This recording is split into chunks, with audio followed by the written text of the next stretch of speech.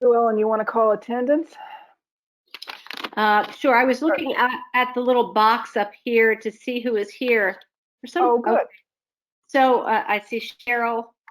Well, actually, I'll start at the top. Sarah Baldwin. I don't see her name. Yes, she's here. She's there. Oh, she's There. here. Okay. Cara. Is Cara here? She's not on. I No. haven't seen her yet. Yeah. Okay. I see Patty's on. Adele, Diane, Andy. Haven't seen him yet. Okay. Me, Cheryl, I see. Sandy, I see. Sheila? Yes. Okay. Shannon? Shannon is coming. She's getting off a work meeting. She just texted me. She'll be on. She's just not on at the moment. Okay. Okay. Bill, I see. Lindsay, I see. And Chris. I saw. Oh, there he is. Yes. And then Sean. Yep. Is that everybody? I think so. Yeah. So we're just missing three people. Okay. Yeah. So let's get started.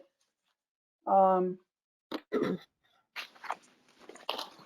like to motion to approve the minutes of January 13th. I'll make a motion, Patty. Give me a second. Second. That's Cheryl. All in favor, raise your hand. Actually, everybody's not on the bid thing. So say aye. Okay. Aye. Aye. All opposed? I should have asked if anybody had any corrections. Excuse me. But anyway, I'm assuming you didn't since you all just voted. Okay. Terrific. Thank you. Next first on the agenda, I guess it's a quick update on the budget process. I feel like I've gotten a breather in the last week, but it was seemed like a lot of meetings anyway. Patty and I were on a lot of meetings, and some of you all were there too. So I thank everybody that's participated. We were to let you know, since there are no budget books being printed this year, they opened OpenGov to all of FMB and to the committee, each committee's chairman. And so I had access to FMB. Excuse me, I had access to FMB. That's my thoughts in it. Yeah, I had access to the more detail. With more detail in there, you could see about the different departments, and how we spend our money. And actually, what I really was looking for is to have equal access to FMB, so that when they would make a comment, that I would know what they were talking about, and I would, it was a good thing, and it was very, very helpful, and the instructions and all were terrific. Perhaps they will open it up someday to everybody. So agreed. That was important, Adele. I think all the chairs needed to have it. That was only fair. So that was. Yeah. I'm glad that worked out. Yeah, we I think we kind of been lobbying for some sort of access like that for a while. So I was glad it came to fruition this year. Sorry, I took a pandemic, but hey, So anyway, for the Board of Selectmen's review, I think I have updated you on most of the stuff, so I won't take a lot of time on it. On the operating budget, as we remember, the biggest change was the security guard, the mobile security guard, for want of a better word. And that was, when the Board of Selectmen went through it, that was discussed, a lot. And so there were some other tweaks, basic tweaks to the operating budget. There was a removal of $2,000 for printing. And then I think there was an increase in some dollars for the organic treatments that they will do at, and the extra manpower time that they'll have to spend when they don't use the pesticides, but at Casey Field and at the area on Highland Farm where they would have children's games, so not all of Highland Farm, but just that flat section, I think is the idea. So there was that, and when I finished, Patty, you can pop in.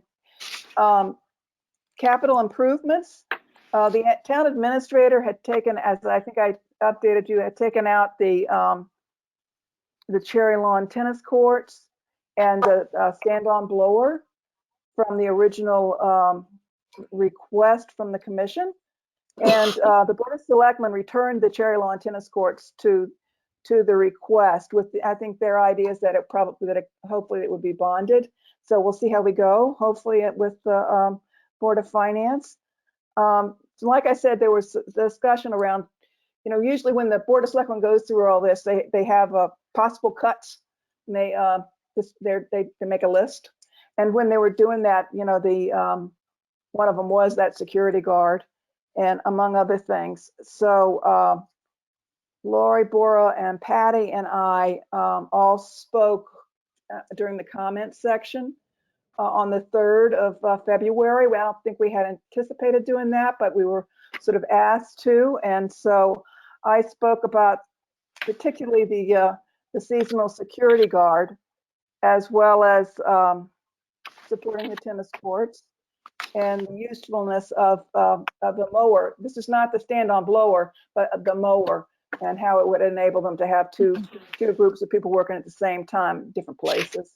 And so that wasn't on the cuts list, but it had been discussed and questioned. And so it was an opportunity to mention all the different properties that Parks and Rec maintains. Hey, Carl, good to see you.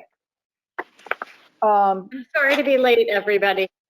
That's okay. We just got going, really. We were chit-chatting about Shannon is on as well. So Kara and Shannon are both on now.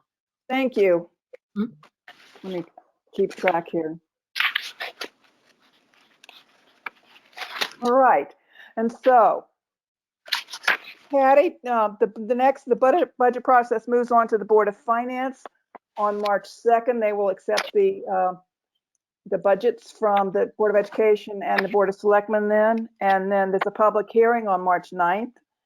And then our review is scheduled for the 23rd of March. Patty, did you want to add anything? I would just like to say I thought that Pam did an excellent job this year of thinking smartly about what she wanted to ask for and what she could put out in several years from now based on, the pandemic and everything. And she had included the cherry lawn basketball court. I'm sorry, that's Freudian slip. She'd included the cherry lawn tennis courts. So we, of course, were disappointed that Kate had taken them out. So I think that was a big win, that when the three of us spoke, it helped, I believe, to make a tipping point to get it back in. And I think it's important because those courts are used constantly. And we talked about, the length of time they've really they're past their prime. And so if we were to push it out for another year or two, next year's capital budget for Parks and Rec is going to be very high. So that was one of our selling points. It made more sense to do it now. It was already a pretty lean budget, and the Board of Selectmen agreed. And, we hopefully will believe that the Board of Finance will support that as well. Yeah. Otherwise, great. Lori spoke at length. We didn't have to say too much about the security guard, but I think our additions were good. But she did a fine job of giving detail, and detail, it really helps. And the one other thing I would say is it's the great thing about this committee is that we do our due diligence, and we also watch the Parks and Rec Commission meetings. So we're really up to speed. So we were able to give the Board of Selectmen a lot of details, including on the security folks, West Tech, that, one or two of them weren't even aware of, which surprised me. So that just shows that I think we're adding value. Thank you. Yeah, I think so too, Patty. So I didn't get a volunteer. I haven't heard from Jack Davis about the buddies for the Board of Finance. I'm not positive it's happening, but I assume it is. And so I'm still waiting for somebody to volunteer that wants to help. So send me an email after the meeting, and I'll sign you up. Any questions or anything anyone wants to say about the budget? No? Okay. Then we'll move on to discuss and vote on the concession equipment purchase. I got a, somebody's got some feedback, so I don't know, background noise. I don't know which one of you it is. I think it's Diane. Yes, I think it's Diane. I have what? I'm sorry? You want to mute yourself just in case it's the background noise is You think it's me? I don't think Yeah. so. Let's see. I think so. All right. I've got a that's not the right word. This is not the right piece of paper either. That's not going to help me. Okay. Let me get to my next stack, shall I?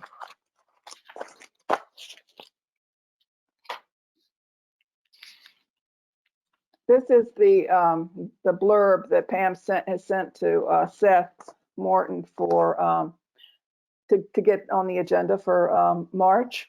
But it does a really fine job of saying exactly, gives you the little background on the purchase of the concession equipment. It's the purchase of the concession equipment at both beaches. And so I'm going to read it to you. And and later I'll send it to you too. The Parks and Rec Commission has approved an item that will require RTM action. Darien Parks and Recreation hired a professional concession consultant to conduct a concession analysis and survey during the summer of 2020. The results came back very supportive to continue operating our concession stands at both Pear Tree Beach and Weed Beach. At Pear Tree Beach and Weed Beach, most of the current concession equipment is owned by Uncle's Deli.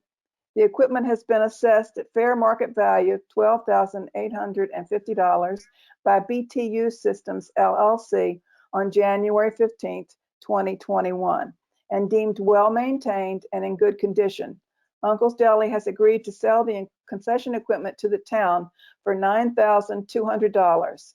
Attached is the breakdown of current equipment versus buying new equipment, which I have.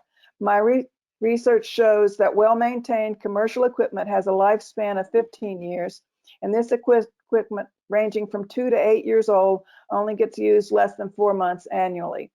Owning the equipment will expand our potential pool of bidders to seek concessions at our beaches. I am requesting a special appropriation of $9,200 to purchase the concession equipment. The Board of Selectmen has approved this on the 8th of February, and the Board of Finance approved it last night. And they approved it unanimously. So I Yeah. think that's a great sign. Yeah, well received. So are there any questions? You've seen most of the numbers, so. Adele, do you want to just talk for a minute since we're on concession equipment and segue to the meeting we just watched for anybody who wasn't on there? Sure. It kind of helps explain what they've gone ahead and go out to bid for this summer because they kind of had to do this at the same time because summer's fast approaching. But this summer they have been asked to add by the Little League people the concession at McGuan Field, and so that starts in April. And so they really needed to do it. So you saw the bids that were sent out and received, and they were just discussing on the commission was just discussing for about an hour, I'd say, the two bids, the two different the two respondents, and I think they thought both of them were quite good. One was just a tad more upmarket than the other, and expect to make goodly amounts of money on each of them. We'll see how much we make off of with the one that they choose. They didn't choose anyone tonight, but they discussed both of the vendors that they're in the process of doing their due diligence and talking to the references. So far, the references have been good, as most people's references are. Bill, you have a question. Well, one, you were breaking up in your conversation there, but have the people that bid said they could use the equipment that you're intending to buy from Uncle's? Yes. Yes, they toured, they were, as part of the process, they toured the facilities. Yes.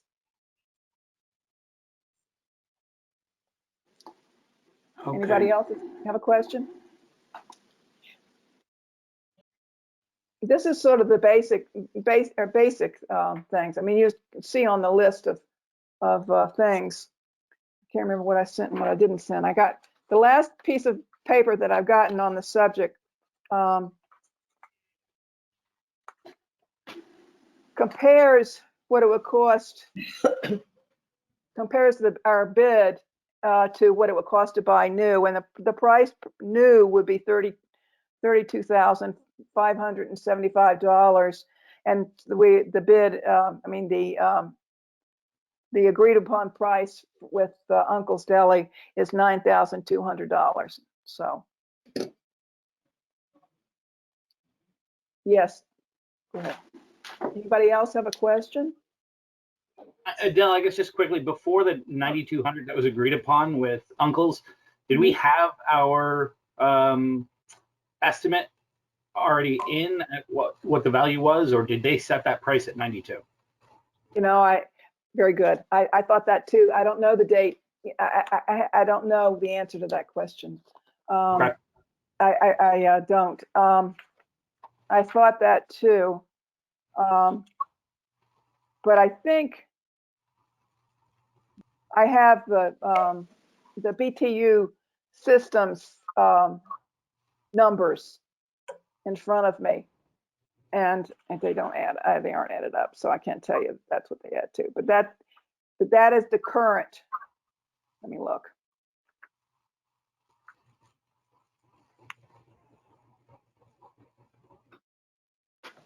Yeah, it looks like the same numbers. I'm assuming that that's where it came from. I'm not positive. Not positive at all. For Weed Beach BTU systems, let me see. Let me put them side by side. 2-door refrigerator, $200. 3-door freezer, $500. Coffee maker, $100. Bain Marie, $800. Char grill, $450. Star grill, $900. Pico fryer, $850. Another one, Pico fryer for $400. Fry warmer, $200. Blue Air drawer refrigerator. Blue Air drawer refrigerator, $800. Bun slush machine, et cetera, on and on. So, but I can't. They're not, to be honest, they're not in the same order, so it's hard to say. I think maybe he, I think maybe BTUs looks like they're a little lower, what they thought they were worth.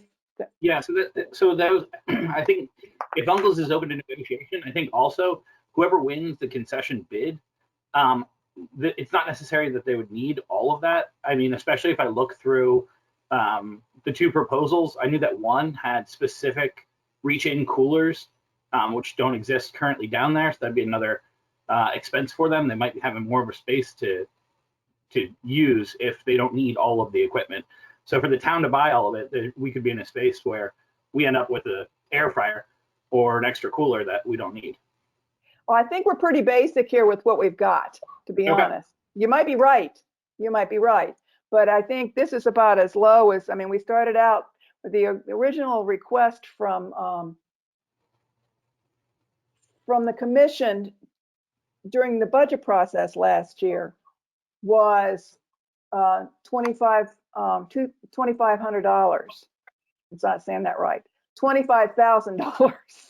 So it was, and that was reduced, and to just the only thing that went through was just the $5,000 for the consultant.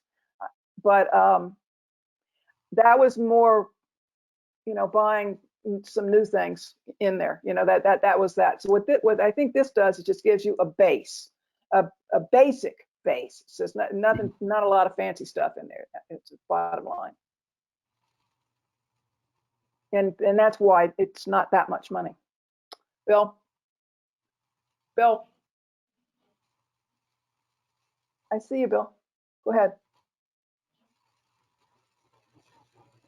I don't hear you though, Bill. Al, Yes.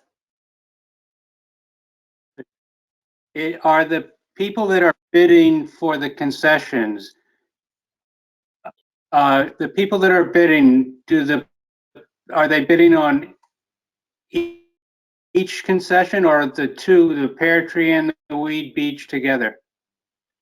The concession document was Together? that they could have their choice to bid any way they wanted to, and then of course it was McGuan Field. Can't hear me? No, I can hear you. I can hear you. Maybe you can't hear me. They were invited to do it any way they wanted to. They could bid for one, they could bid for all. And they both chose to bid for all three, which was pear tree, weed, and McGuan.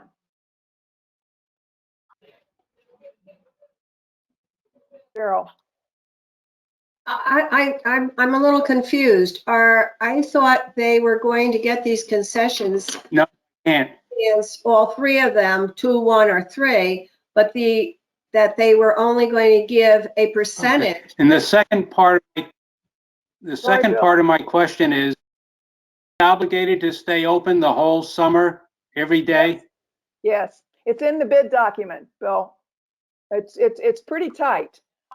Yes, expected to be there every day. They give the hours, the minimum hours. They could be there more if the Park and Rec department says so. Yes, it's pretty tight, and yes, it's not a flat fee. I don't know if you heard me the first time. I said, are the people that get the bid, will they be obligated to be open all summer?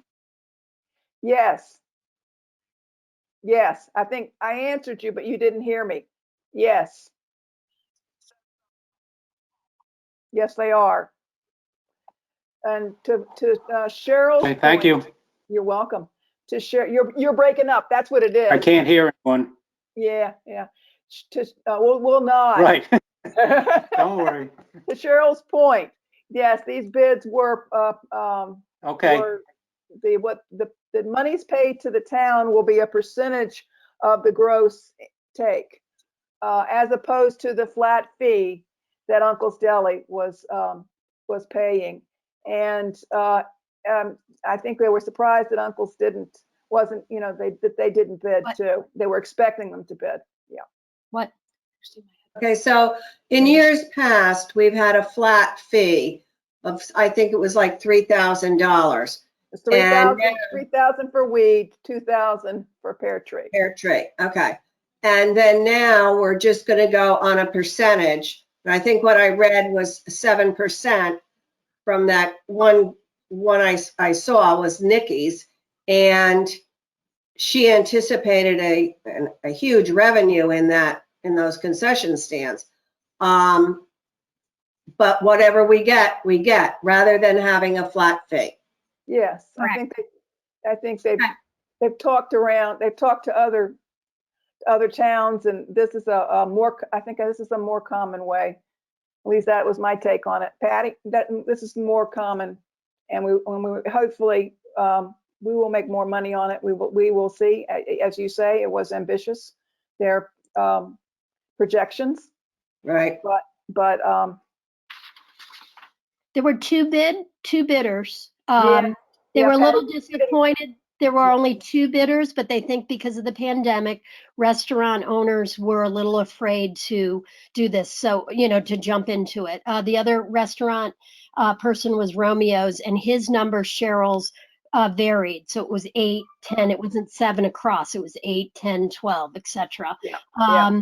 The important thing here is that they're only going to do it for a 1-year contract, because they hope to be able to open it up to more bidders next year.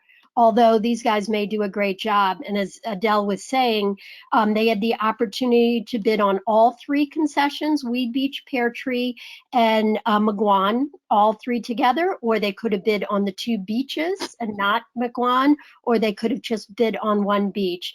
And the thing that was interesting, I thought about that meeting, right, Adele, was that they said that they are open to perhaps having both bidders possibly win the bid, one for one of the beaches, one for maybe the other, or for McGuan. So they did not take a vote at that meeting. They were just giving feedback and trying to get feedback from the commission. Yes, they must have said that after I got off. I didn't hear that, but that would be an interesting thing. Yeah. They liked the menus. I mean, Sean, you were there, and also Chris. Either one of you want to jump in and add any impressions you guys had?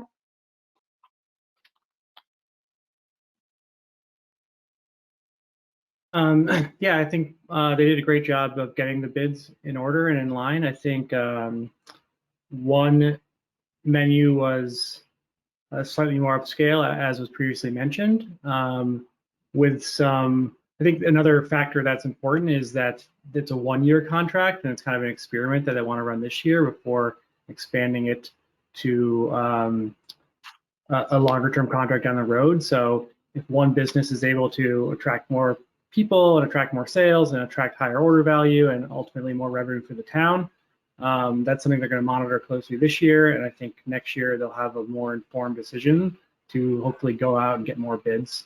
But this year I think was rightfully so treated as an experiment with some safeguards placed in estimated revenue and earnings for the town. Okay. Great. Anybody else with any questions? Or if not, we'll move on to vote on the $9,200 to purchase the concession equipment at the two beaches.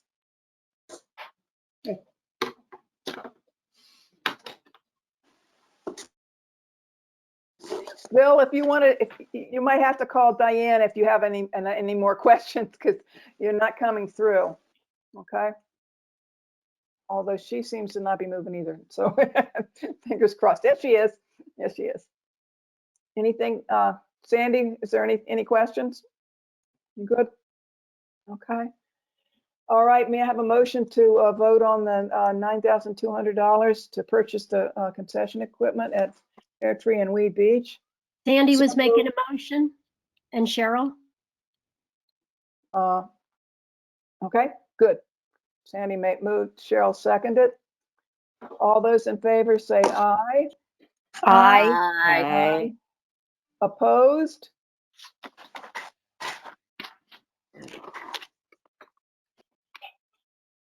Bill, raise your hand if you're opposed.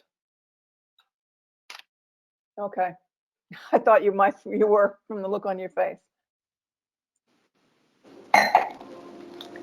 Okay, all right. I would like to vote against it too. Okay, who's that? Cara? I'm sorry. Sheila. I'm sorry. Sheila. Hi, Sheila. Okay. Hi. That's Thank two. you. Okay, thank you. It's just hard with the when people, you're breaking up and everything, and I'm trying to look Adele, at do we need to give like a No, minority report on why what the reasons are for the two or not? Oh, that's up to them. Okay. Would you all like me to say why you're against it? If you do, you're gonna have to tell me. My only question was, there doesn't seem to have been an independent appraisal of the value of this equipment, especially.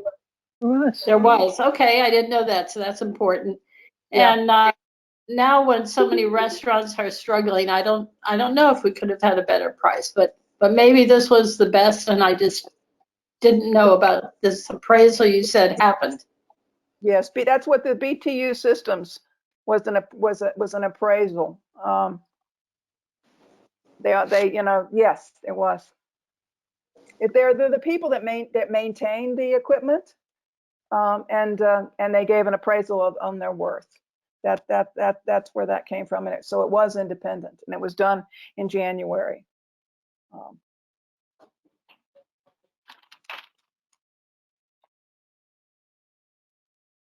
Okay, so does everybody want to stay with with the way they voted? I'm assuming yes. Otherwise, tell me right now. Okay.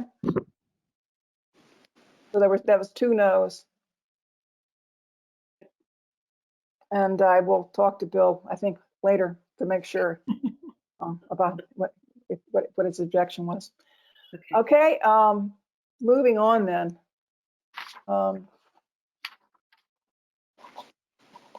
Discussion and acceptance of a gift for conversion of the Cherry Lawn Tennis Court to 4 pickleball courts. At first, they were trying to get on the March agenda for the RTM with that, but then I think they could not get to the Board of Finance in time. And so we're just going to talk about it a little bit. You saw the, change my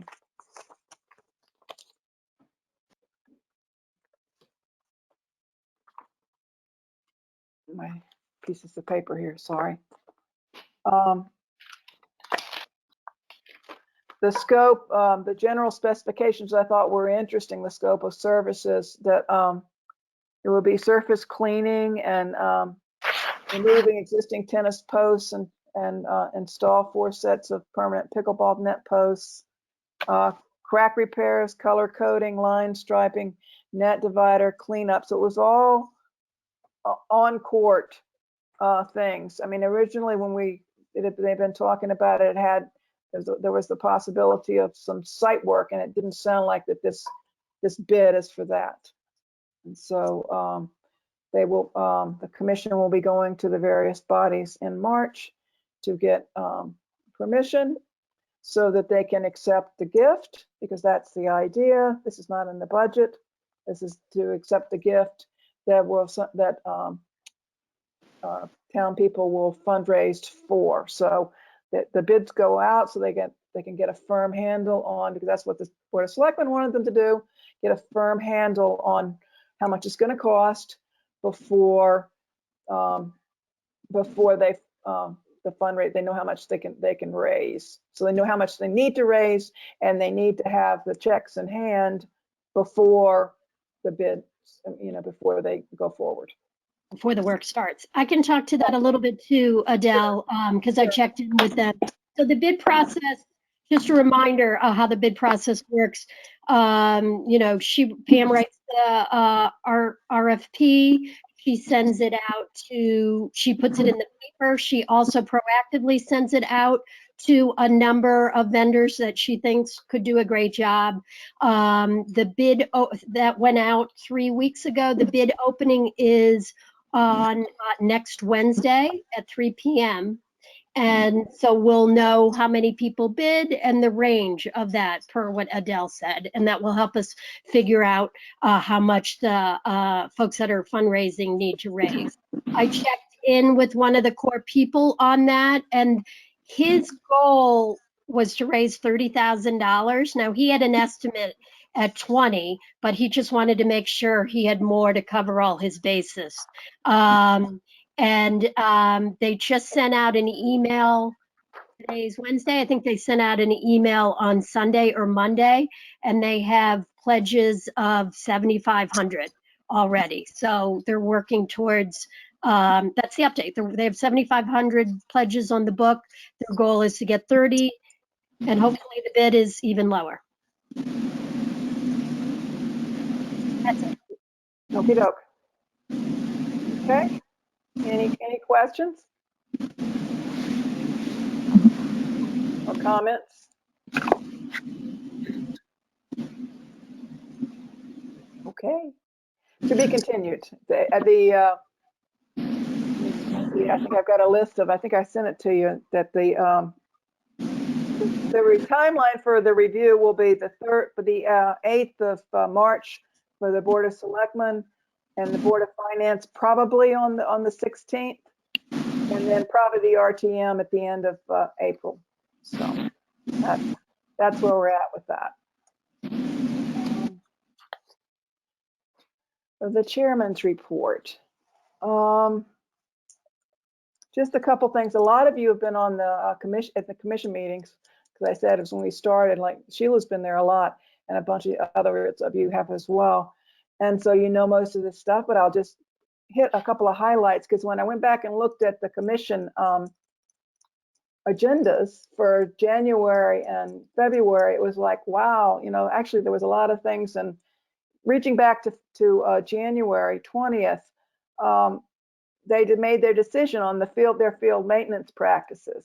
And as I mentioned earlier, they decided they would do a pilot project with organic and non-pesticide products at Casey Field, and then at Highland Farm and in that flat playground area. The other major thing I'd say, and I was kind of sorry we didn't kind of get a little bit better advanced warning about it, was the change in the fee structure. Typically, the commission votes every January on the fees for the parks for the year, and this year they voted to raise the fee for parking by $5. So that will bring it up to 50 plus. I think there might be some parking costs added into, taxes added into that. So, but it will come up $5 from what it was this year. And then in their February 10th meeting, they amended that to add $5 to the daily pass fee. So anyway, so that now is $50. Any comments? Like I said, I think that's one thing that directly affected the town, to everybody in the town, and it would have been helpful it would have been nice if we could have had a discussion before they made their decision. And typically, yes, see you, Cheryl. Typically, in the past, that fee schedule was, I think they were given it in December, if I'm remembering it right, and then they voted in January. So you had a heads up on what it was. So anyway, Cheryl. Yeah, I agree with you, Adele. I think it would have been nice if we could have weighed in on that. I think there's more on this committee that attend the beaches than on the commission side.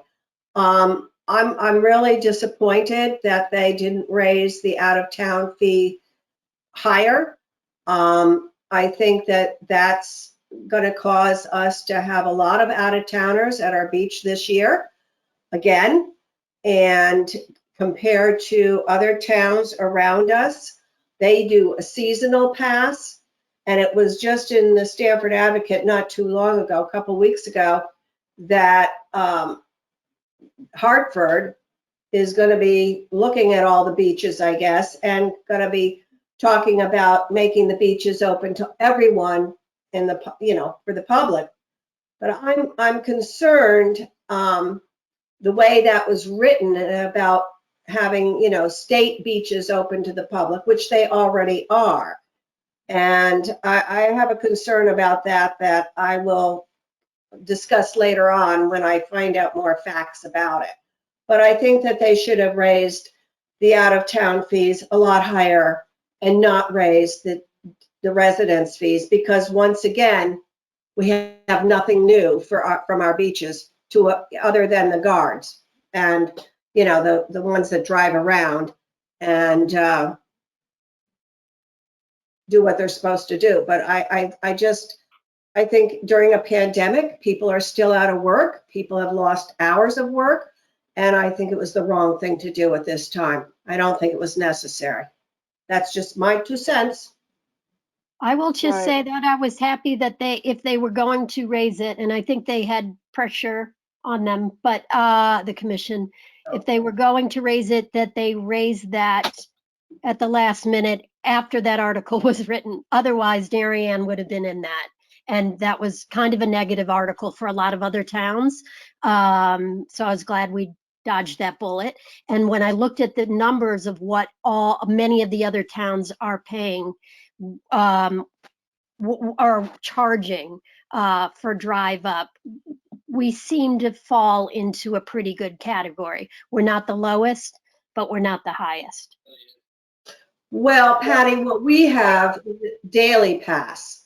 The other people, the other Greenwich, well, Greenwich has daily pass also, but other areas have seasonal passes. I understand. And that's what was in the paper. I understand. No, it was both. They talked about dailies and seasonal. My only point was I'm glad Darien wasn't, you know, sometimes we get beat up as like the Richie Rich town. So I was glad we were not highlighted in that article. Right, I agree with you there. We weren't highlighted in it, but the minute people find out that our daily pass is only $55, That's a lot. I know people that use the one pass for 2 days. And because they're not color coordinated, like yellow on Saturday and blue on Sunday, they have one color and they use it for 2 days. I've seen it happen. So I think that, you know, maybe they need to change some of their ways of passing out the passes. But I can see our beach being inundated again this year. Sandy? Yeah, I mean, I agree. I think that the out of towners pass should have been raised because it's for a carload. It's not even by person. You know, whereas I think like Todd's point, they charge you for the car and every single person that's in the car. So they're all going to come to us. May I comment? I don't know how to raise my hand. Is that Sheila? Yes. Sheila first, Chris, you'll be next. Go ahead. Did you say for me? Yes. I was listening the evening that the beach pass was raised for all of us. And I thought it did seem like an abrupt decision. And to me, in this year where we keep asking to just do the bare basics at Pear Tree and couldn't get that, and it's particularly frustrating to raise the cost of being there. So I wish we had had some say about it. Okay, Chris?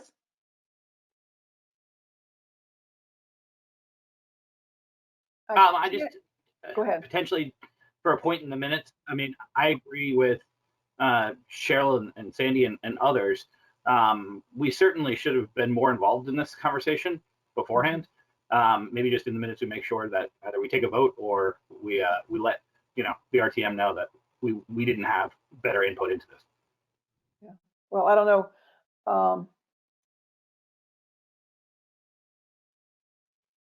Since of the meeting, I could do that for the minutes that we would like to have been more involved in this process.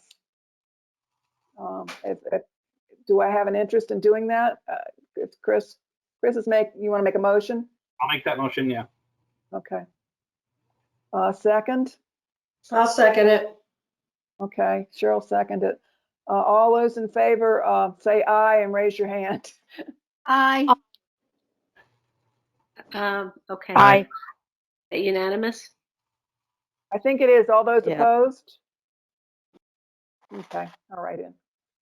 Would it be fair to say, maybe we could check, that we would be against raising the fee for residents? I think we need more information to be able to say that. I think that's two different items. I think what Cheryl was saying was she felt like the daily pass should have been raised higher. Yeah, there are many facets, and I do think that, as you know, as Sheila, will have heard, that I guess the premise was that they were trying to cover the expenses of the security guard. But anyway, that's what happened, and I do know that during the budget process, when the selectmen were talking, they discussed. They were surprised that at that point or appeared to be anyway, my listening of the meeting, that the daily pass hadn't been raised, but that the one for the townspeople for the parking had been. So and it was at the next commission meeting that they decided to raise that fee $5. So Yes. anyway, there we go. You're right, Adele. Yes. That's actually came from.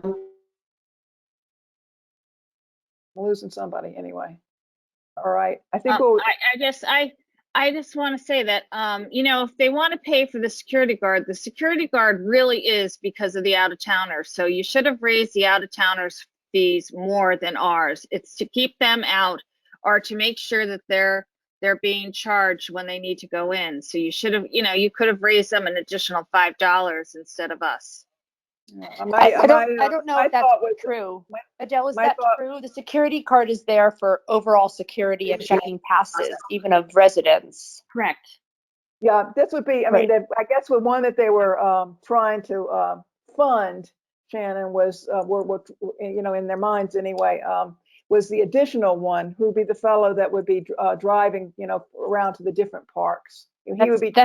Yeah, but that's not because of out-of-towners. That's just because of safety at our parks. It was pandemic. It was COVID is what was the original driver of. Yes. Yeah, because of congregating. Careful of the language of how we use. Yeah. All of the above is what it was. Yes. And they found out that they thought it was a really good idea and wanted to keep it. So anyway, that was, I think that was the driver, but I think we just said what we thought. We would have liked to have been more involved because I think we might have thought a little differently. So agreed. So let's move on to the one. Adele, I'm sorry, before we move on, and we may have agreed if we had all the information, time to weigh in, we also may have agreed with them. That's true. I don't want to villainize out-of-town people wanting to come to our beaches. That is not fair at all. No, that's not what I don't think that's where we were. Okay, I just want to make sure. No, that's not where I was coming from, Shannon. What I'm saying is that at this time, since we're not getting anything at Pear Tree, we're not getting anything new at Weed, and being during a pandemic when people have lost jobs, just even $5 is a lot for people these days. And that is one thing. The other thing was that they only raised after the fact that the Board of Selectmen brought it up, that they raised the out-of-town fee by only $5. I believe that should be a lot higher. And I believe that that's what's going to drive more people to come into our beaches, because we're not basically, I don't think we're even Steven with the other beaches. Maybe we need a seasonal pass. If you want to come in, then you do what the other beaches do and have a seasonal pass. That's an interesting idea, Cheryl, the seasonal pass. I thought the seasonal passes were really expensive, but that's one, how would I gently say that, barrier to entry or opportunity for entry for people who really want to come all the time. So they buy a seasonal pass. And then in fact, it makes it less expensive than them having to spend $50 each day to come in. So that's a great point to bring up for next time. They also discussed, but I think just not very much, the possibility of walk-in charges, and so they just didn't. They just think it got too complicated, I think, and in the end, my take on it was they just took the easiest way to do it. But anyway, like I said, I think we would have. Okay, Diane, I see you. So, just the one point with that is that we will have that same problem this year of people parking at Henley and walking. That, you know, what they did not really cure that. So yeah. Okay, that's it. I think agree. it's my heat coming on that makes this noise here. Comes on and off. Sorry about that. I've seen Sarah's hand raised for a while. Oh, thank you. Thanks. Question. Do we have a cutoff at our beaches? Like, does the security guy set, like, if the parking lot gets filled, is it, sorry, you have to, can we actually have that happen? Does that happen? Can he cut off people entering? Yes. Does that actually happen? Yes. Yeah. Like only 2 or 3 times. Yeah, Sarah, you got a lot of feedback. Okay. Got it. Just curious. Sarah, you want to mute yourself. Mute yourself. There you go. I think you can hear us, I hope, but you had a lot of feedback about it. We mostly heard what you said. And yes, they did. And Patty, you want to answer that? Yes, they did. I remember Pam Gary saying it was only like 2 times, and it was high traffic days. It was around the 4th of July. I don't have my notes right in front of me, but it was 2 days. And what they did then was they put up signs at Hinley that were the big signs that flashed that said, parking lot at Weed Beach is full, or parking lot at Pear Tree Point is full. I think it was actually Weed Beach. I'm not sure, but that ended up being full. It was only full for a few hours. And then once it was empty, people could come back in. I mean, you see that at parks out in Long Island. That's what happens. It's like, if you want to get in, be the first one in. Get up early and go. That's how they manage that. Hopefully we don't have as much of that issue this year. Chris is raising his hand today. Sorry, Chris. Go ahead. Just one other question I guess I have. I saw last year being at Pear Tree frequently folks coming in, whether it's local teenagers or it was out-of-towners coming in via Uber or paid car that then leave and then they come back in. What do we do how do we manage, whether it's in-town or out-of-towners, if they're coming in by ride service to make sure that they're paying or have a pass? They aren't. This doesn't address that. Yeah, this does not address that. Okay. I'm just saying, if Uber's in says, hey, my parents are over there, and they all jump out, and there's no payment whatsoever, and they just Ubered in from Stanford. They paid $15 for a ride, and skipped the the daily pass at the door. Yep. Right. They should have to have whoever they're meeting there meet them at the security checkpoint and prove that there's a pass. It's a process issue. They don't need a pass. Anyone can walk into our beaches. You don't need a pass. So if Uber drops you off, you can walk right in. So unless the commission starts charging for walk-ins, then that would be a good idea. I thought so. You can't walk into Todd's point.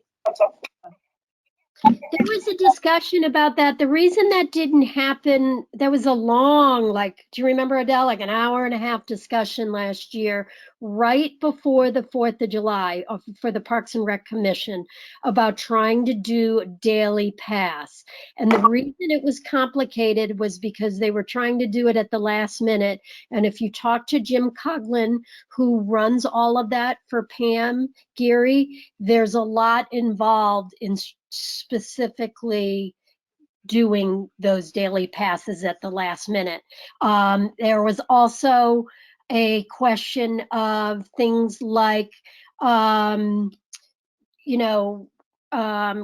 say somebody's child, right, wants to ride their bike. Chris, if your kids are old enough to ride their bike down there, they're going to ride their bike, and then you already have a pass to go in on your car, but they would have, are they going to be charged or are they not?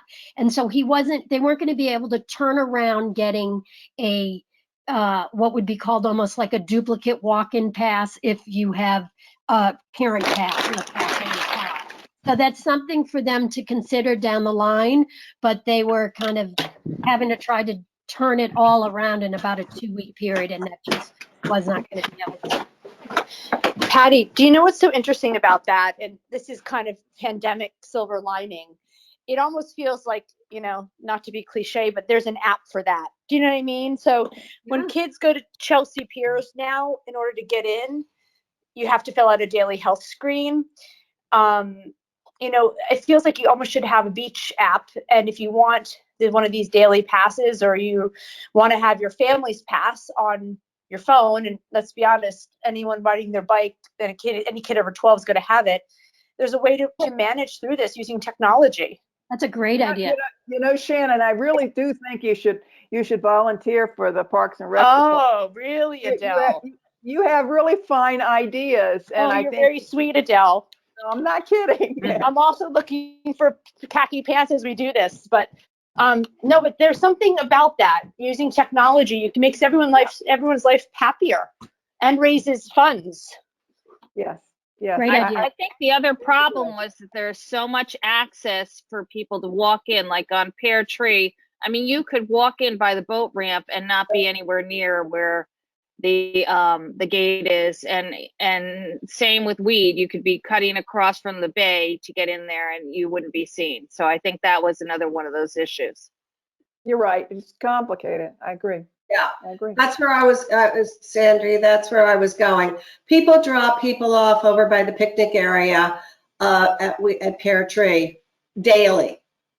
And, you know, they use the picnic area or they use the beach, they come in and they spend the day.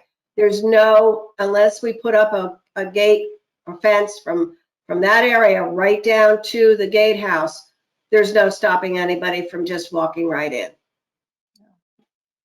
Well, this is a discussion that to be continued, I feel sure. I'm pretty sure the neighbors would not like fences in front of the whole Pear Tree Point down there. So Well, it was there years and years ago, so it was taken down for a reason because it was in bad shape. And then that's another discussion between you and I, Patty. I'll explain it all. Okie dokie. Okay. If everybody's finished, we can move on to, I just wanted to mention that Park and Rec requested a transfer of, I send you the stuff. The Park and Rec requested a transfer of funds for tree maintenance, and they got the selectmen okayed it on the 17th, and the Board of Finance okayed it last night. So that was $11. They've had a lot of expenses, and they're running over budget and with nothing left for the rest of the year. So that's the 11,000 they hope will do both. Anything, Patty? No, that's great. I mean, 2 big trees came down at Cherry Lawn this year. So I think that's wise. They've had to do a lot of trimming back and taking care of things through the last 2 or 3 storms. So I was glad to see that process be approved so easily by both the selectmen and the Board of Finance. Yeah, they mentioned there's a big one over in Baker that's just, they were afraid it's going to fall on somebody's yard. So that was, and that they can't, what that told me was that I don't think they can do everything in-house.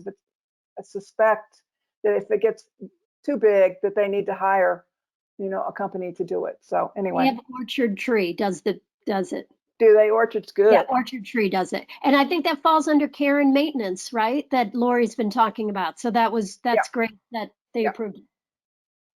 Okay, and then the last thing I have on my chairman's report was that Patty, I guess we should say a little something about Patty, the commission and dogs and signage, and Patty's on a couple of committees, so she's going to update you.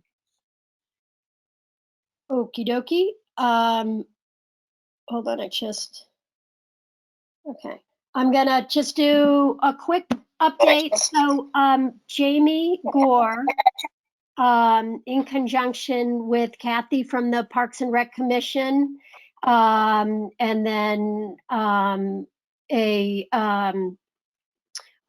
myself and another woman worked on and brainstormed on how we can really do an educational campaign promoting the rules at the different parks to make this a educational campaign, community involved.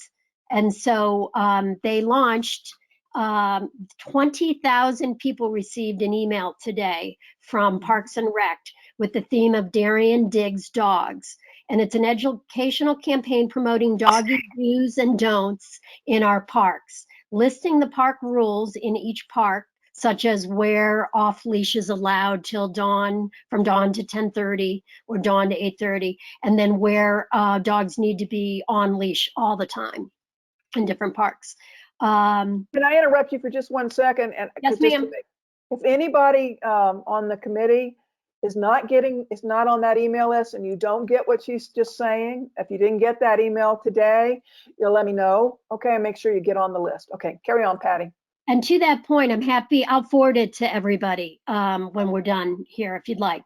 So that's number one. It's a really creative, we think it was a really creative campaign of, and instead of going through the whole thing, I'll send it to you and you can read it. But some of the things we also did was we did signs at Cherry Lawn, at Woodland, at Weed Beach, and then at McGuan, Diane, because of Diane's request. And so, for example, the signs we did at McGuan said, "Little feet play here, please pick up." Please pick up after your dog. And we did an animated picture of a baseball player, laminated it, and I went around and put, so Jamie Gore did all the graphic work in conjunction with Kathy from Parks and Rec. And then I was kind of the worker bee who went around and put stuff up. And so I put that up at 3 or 4 different places at McGuan, just to let people know, you know, you're not supposed to be, number one, going on to the fields, and number two, just, you know, simply pick up. And so that was the second thing. The third thing is that the Parks and Rec is also doing, the campaign's not only going to include rules and detailing where and what you can do at different parks, but they're also going to do fun themes. So in February, it was tied to Valentine's Day and share your love with your 4-legged friend. And so when you go on the website, you'll see several cute postings of people with their 4-legged dogs, obviously, which are cute. And Jamie Gore, I just want to say her creative wordsmithing is great. You saw it at Highland. You saw it kind of throughout. If you're not on, as Adele said, if you're not on the Parks and Rec email list, everything she sends out, she does a creative wordsmithing, and it just kind of catches you and it engages you. So that's the update on that. And then on the second, and also, so there are signs that were put up. We decorated the boards that the Eagle Scouts did at Cherry Lawn and at Woodland and at Weed Beach. So they're now decorated, you know, like a teacher would do, with a lot of colorful things. And it had, so for example, at Weed Beach, the doggy do's and don'ts and the 5 rules that about Weed Beach that are important. And then we tailored the same thing to Woodland and the same thing to Cherry Lawn. And that's it.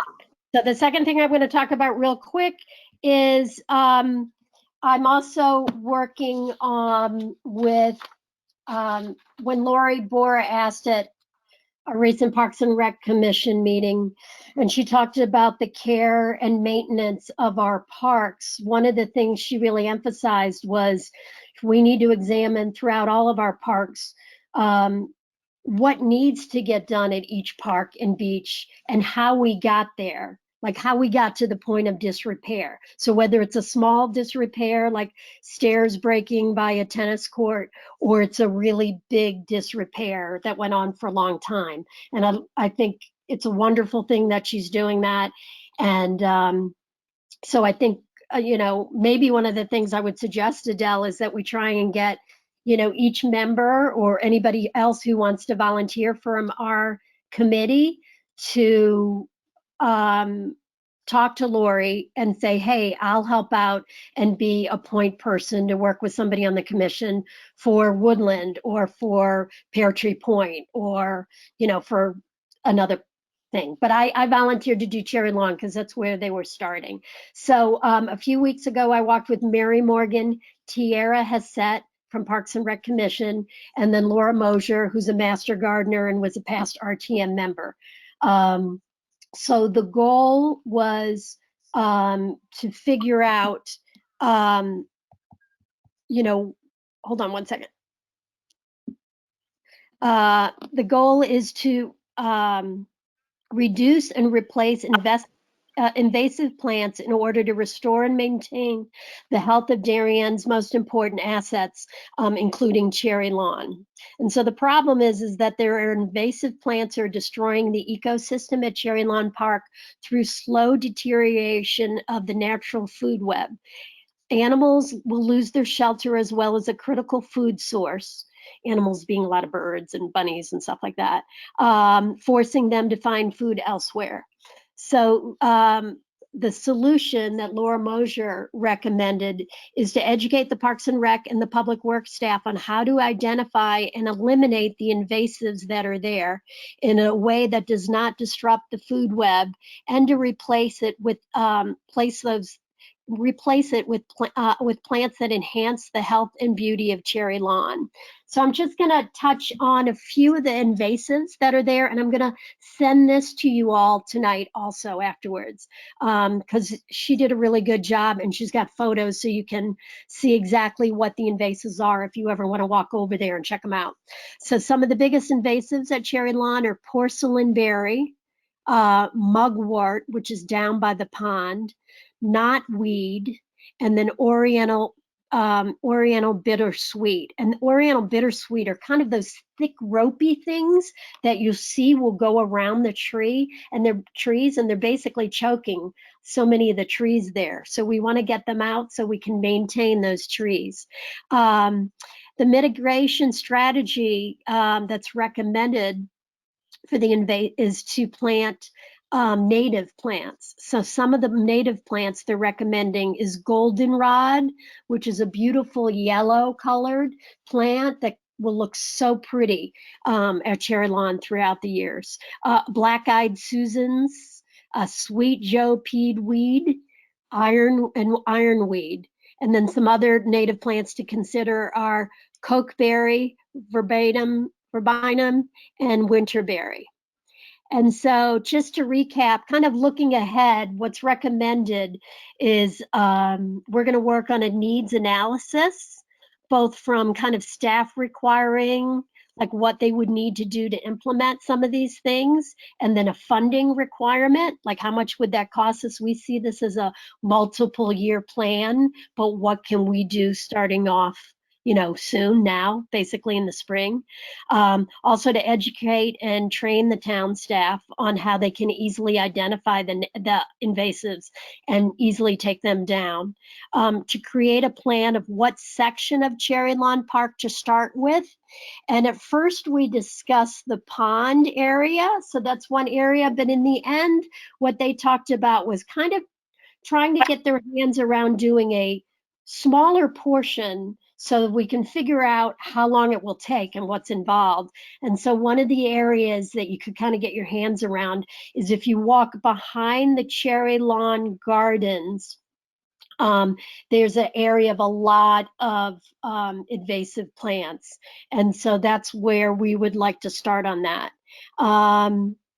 And then to identify the natives that can replace the invasives where appropriate. And finally, to engage other community organizations, groups, and clubs if they're interested in partnering it with us to help us out. And that way, that helps, you know, reduce funding costs, so to speak. So we'll be talking to the Garden Club, the Pollinator Pathway, the Beautification Committee, the boys and the Eagle Scouts, and volunteer groups. And we know that there's already groups from Cherry Lawn that would like to help out.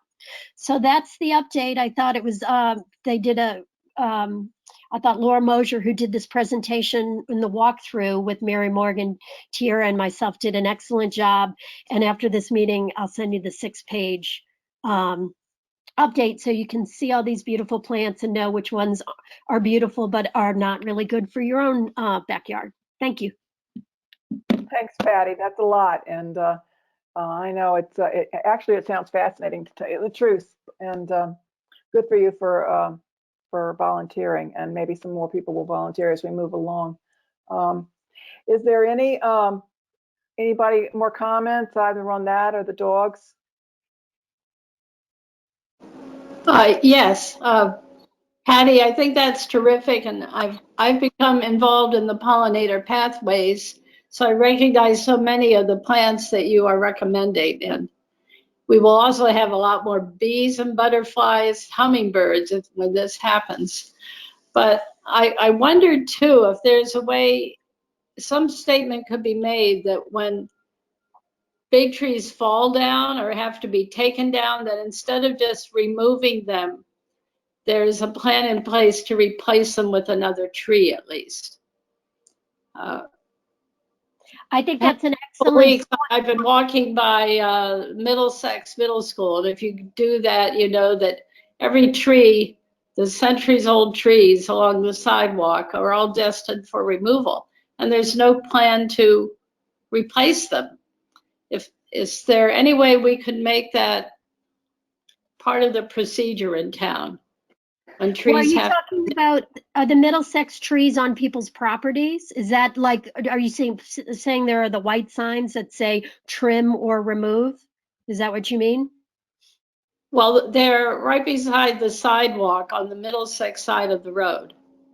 So I think you're asking two different I know, questions. yeah. I can follow up with regards to cherry lawn. I think there's some people will say, you know, when trees fall, I know at Woodland, when trees fall, that's part of the nature process, right?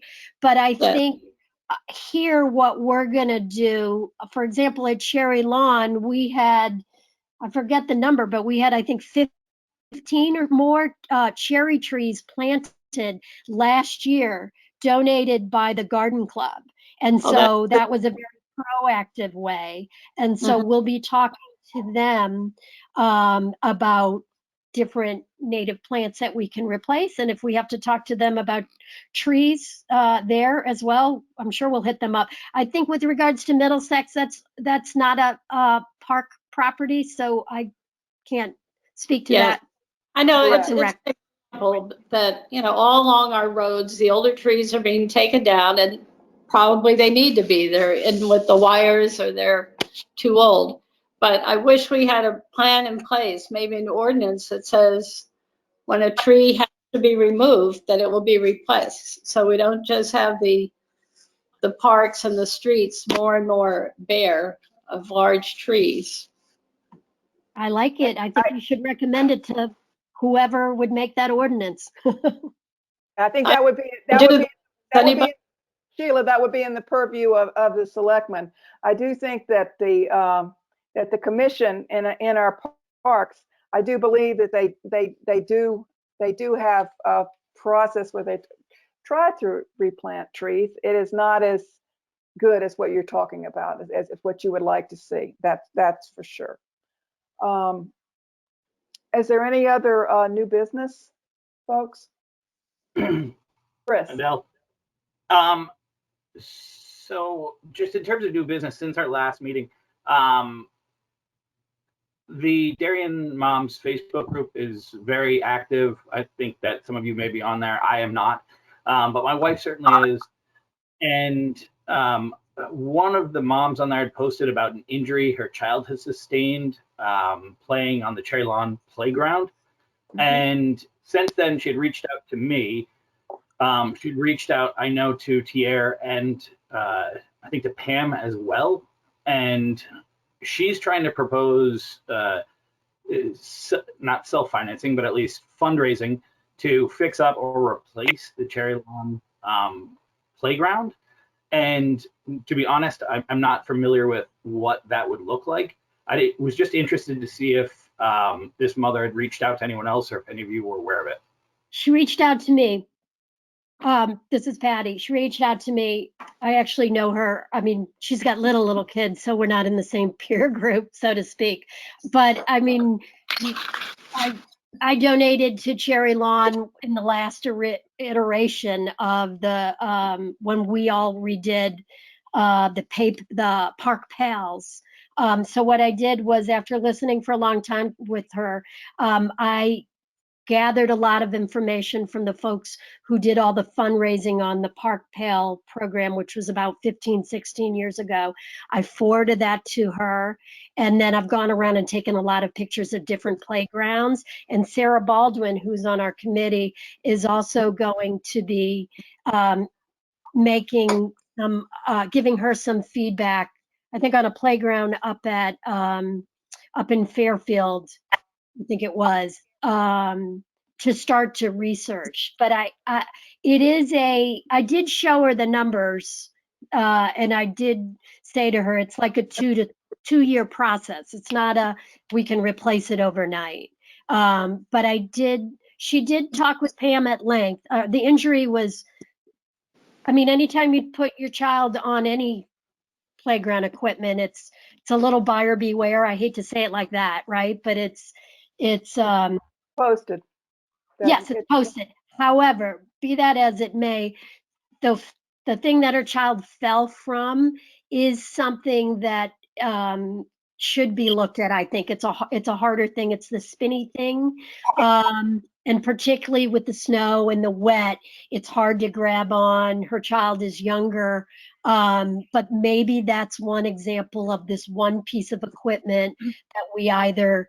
I'm not speaking for Pam, but we either take that out or we post signs. What Pam told me was that playgrounds are certified, so to speak. And so it'll say for 5 and under, which is the inner playground that has the, the fence around it. And then the upper playground for older kids is basically above 5 to 12. And so I asked, why can't it be 7 or above? And Pam said it's the playground people that certify it for a certain age, so they have to go through that. But I think they're talking it through about what they can do in terms of kind of what we did with dogs. Hey, here's the sign. Be aware. These are the things you need to know. And so maybe we can. I don't know if Pam's going to be able to say this might. Please consider if your child can handle this equipment or should be a little bit older before they go on that. Legally, I think we have to walk a fine line between that, but I am actively trying to help send as much information to this mother's way, because I do think it's time to relook at some of the equipment there, but it's a big ticket item. So you don't just replace 1 or 2 things. You replace the whole thing because it's all the go together. Patty, I think the town is certainly aware, and they are evaluating the situation. And right now, there's no remediation to be done with the equipment, and no actions being taken at this time. It is a national standard for the age appropriations. They may be a good idea to put up some more signs, since it's not, if you could come at that equipment from different directions, and so maybe another sign or 2, so that everyone is aware that it is age specific, and that it is, and parents need to watch their kids. And so I think anyone that read that post certainly feels was horrified and very sympathetic. It was not a nice accident, but this playground equipment, generally speaking, it lasts from 20 to 25 years and is inspected regularly. And we have if you notice in the budget, there's a 5-year forecast. I know if you noticed in the budget this year, it's in, I think, the next 2 years, the swings are being replaced there at that playground equipment. And then I think another year or 2 later, they've got it in there to replace the little person's playground. So the equipment you're talking about is 16 years old. And so that's sort of the state of things for the moment. Diane? I just want to say that she also reached out to me after talking to my daughter, who lives in town, and my granddaughter was injured over there a few years ago also on a piece of equipment.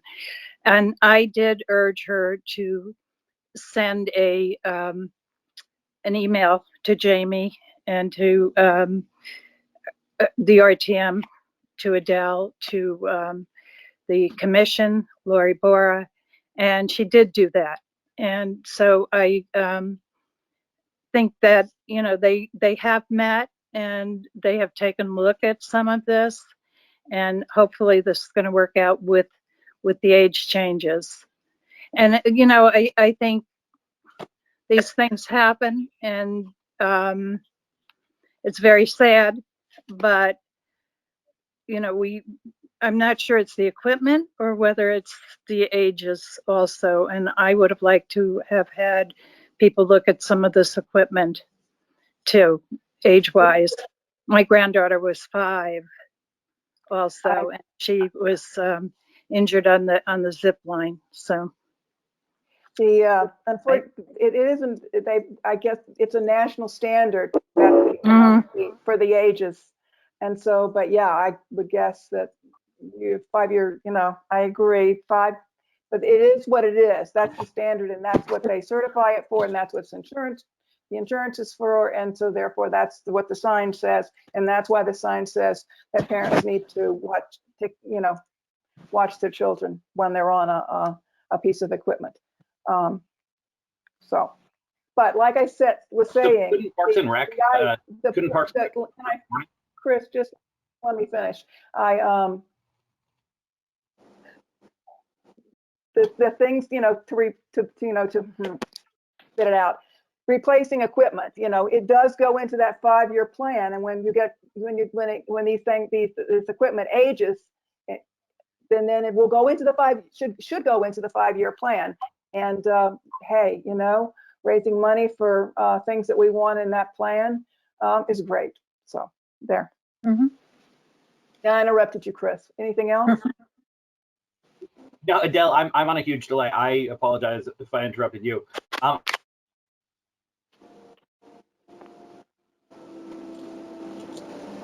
think we just lost him.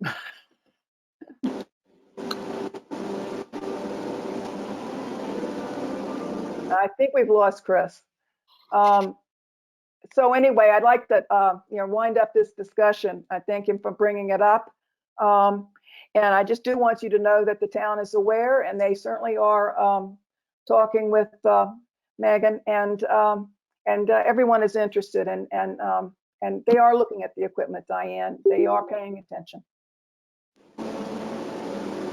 I didn't mean to say that they weren't, Adele. Okay. I know that. I know they are. Yeah. Thank you. Anyone else? Is there any other business? I don't think we're going to get Chris back. Chris, have we got you back yet? If you can hear me, yes. I can now. Okay, sorry about that. My wife is currently streaming a DY Lax meeting downstairs, and I think it's just killing us. So anyway, my last point was, could Parks and Rec put up potential warnings to just say that, well, this is rated for 5 to 12-year-olds, suggested for 7 to 12-year-olds, or does that interfere with any of our insurance? I think we stick with the signage that we have up. The fact that we can put up more than one or more of those would probably be helpful, so that people don't miss the signs, because the signage is there. Yeah. Those signs are from national standards and guidelines, so not changeable by us. Exactly. Are those signs for the equipment that have been there for 15 years? Yes. I asked that because I know when I was a principal in Milford, every few years, some of the equipment would be brought under question and the standards change. For example, I see at Cherry Lawn, I haven't been there for a while, but there was one called a merry-go-round that can go really fast. And excuse me? It's gone. Oh, good, because I was going to say public schools are told to take it out. So I'm asking if they're checking that we're up to the current standard of safe. Absolutely, Sheila. Absolutely. I think you can rest assured on that one. Absolutely, yes. And Pam does a good job of replacing. She replaced what you would call that spinning Ferris wheel or whatever you want to call it with, I forget the name of it, but if you go to Cherry Lawn, Sheila, you'll see if you walk up, it's to the far left, and it is a circle thing that's much more. I think it's a globe. That's much more enclosed. And then that was just put in a year ago. And as Adele said, the new swings are going in that are also going to have the bucket swings. So you can swing if you're a grandmom and your grandchild, or if you're a new mom and your child. So you can swing with the baby in a bucket swing, which is kind of cool. Well, I think I need a new grandchild. Oh, well, I certainly have enjoyed the playground there with mine, the little one. He's not big enough for the other one yet. So, but I wouldn't go well, I don't know. I'm in Vermont. We got a lot of snow here. I don't know if the snow is still sticking around in Darien or not, but can make things icy. Hmm. So, is there anything else anyone wants to say? I think that's it for our meeting then. Thank you for a good meeting. Seems like it had been one more thing. So we are scheduled to have a meeting, I think, on March 8th. But that was before we had to change our meeting from the 10th of February to the 24th. So I suggest that we cancel the March 8th meeting because we won't have the pickleball information by then either. So I kind of held off and not canceling it because of that, because I thought, well, maybe if we can get the pickleball stuff in, we'd have to do it then, but we're not going to get it. And so I would entertain a motion to cancel the 8th. We would then be meeting again because it's 10 days from now, we would then be meeting, our next meeting would be on the 7th of April. So that would give us time to be able to vote on the pickleball. I make a motion. I make a motion. Thank you, Sandy. Second? Second. Cheryl. Okay, so that we will cancel the March 8th meeting, and I will see you all on April 7th. And I hope we will see you at, don't forget, the Board of Finance. And if anyone wants to volunteer to be a buddy with F&B with the Board of Finance, shoot me an email. Okay? I think the over under on that is that it's not going to happen, but we'll see. I'll bet you hot chocolate. I thought that since I hadn't heard anything yet, that might be the case, but we shall see. We shall see. Okie doke. Motion to adjourn. So moved. Girl moved. Second. Sandy seconded. Good night, everybody. Nice. Good night. Good night. Thank you. Thank you.